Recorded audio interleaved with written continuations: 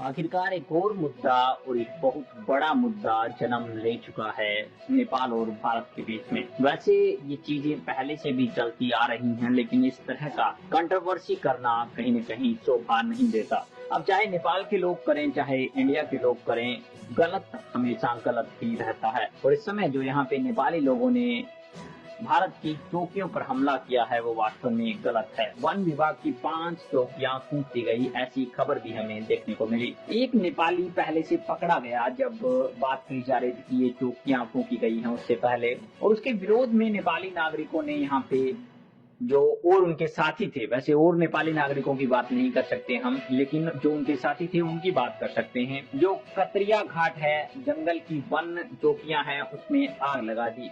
बात ये सोमवार की है और ऑफिस खुलने पर आला अधिकारियों को इनकी जानकारी देने की बात कह रहे थे। और नेपाली अक्सर भारत के जंगलों के अंदर घुस जाते हैं और वहां पर शिकार करके यहाँ पे नेपाल में वापस भाग जाते हैं। तो मेनली आपको पता तो चल ही गया होगा कि एक्चुअल में रीजन क्या है। वहीं पर अगर बात करें नेपाली शिकारियों का, जो ये अवैध तरीके से भारतीय सीमा में घुसना है वो कहीं न कहीं गलत है।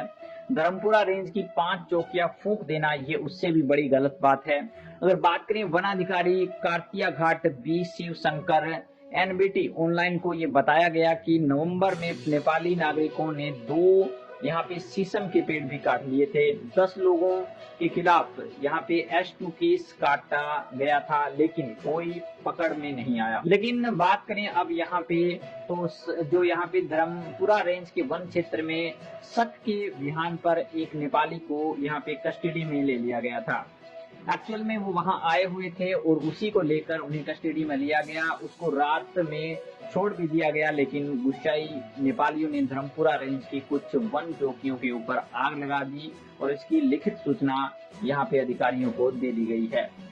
45 किलोमीटर ऐसा एरिया है जो कि नेपाल को टच करता है, और कार्तिया घाट जंगल का 45 किलोमीटर एरिया है वो काफी ज्यादा अभी आग बबूला भी हो रहा है। 70 किलोमीटर जंगल नेपाली सीमा के टच करते हैं। भारत नेपाल सीमा पूरी तरह से खुली हुई है और जिससे जंगल के रास्ते से आसानी से नेपाली भारतीय सीमा में घुस सकते हैं।